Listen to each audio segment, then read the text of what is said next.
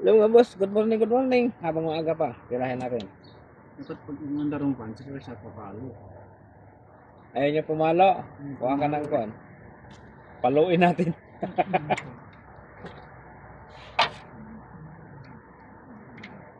Paluin mo ng flies.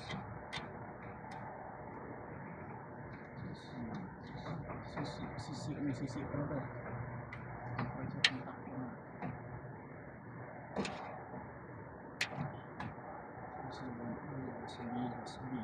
Line 2. Pero ganyan yung wiring mo sa kabila eh.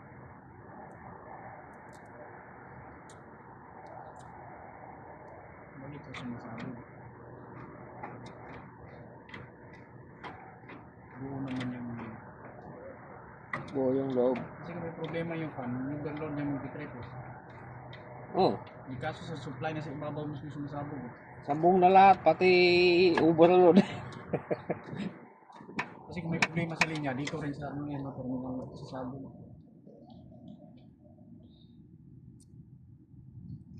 Hindi na ano yun.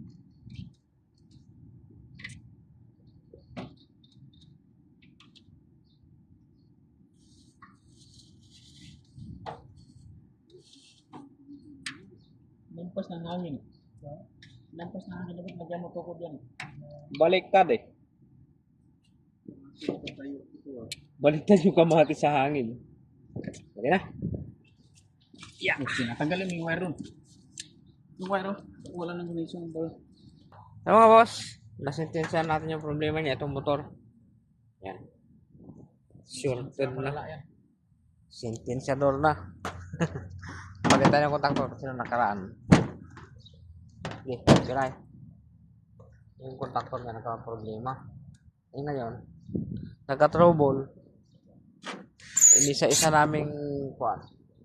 Yung kontaktor niya. Outdoor pan motor, compressor. Ayun. Sa kahuli-hulihan, yan, indoor. Evaporator, pan motor ang problema. Sinangag. Kaya mga boss, salamat sa tiwala, salamat sa panonood. Abangan na susunod natin.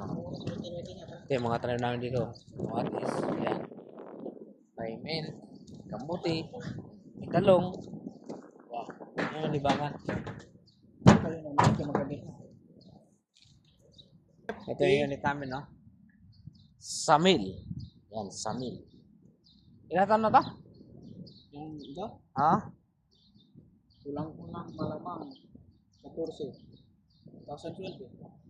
14? Eh, pumunta ko dito, nag-operation na yan. 14 nga. Ang 14 kasi nagsimang bilhin yan. 14 ano yan? Ano yung 13 yan? Yan. 14 years in service. Katlong bull. Salamat sa tiwala, salamat sa panonood.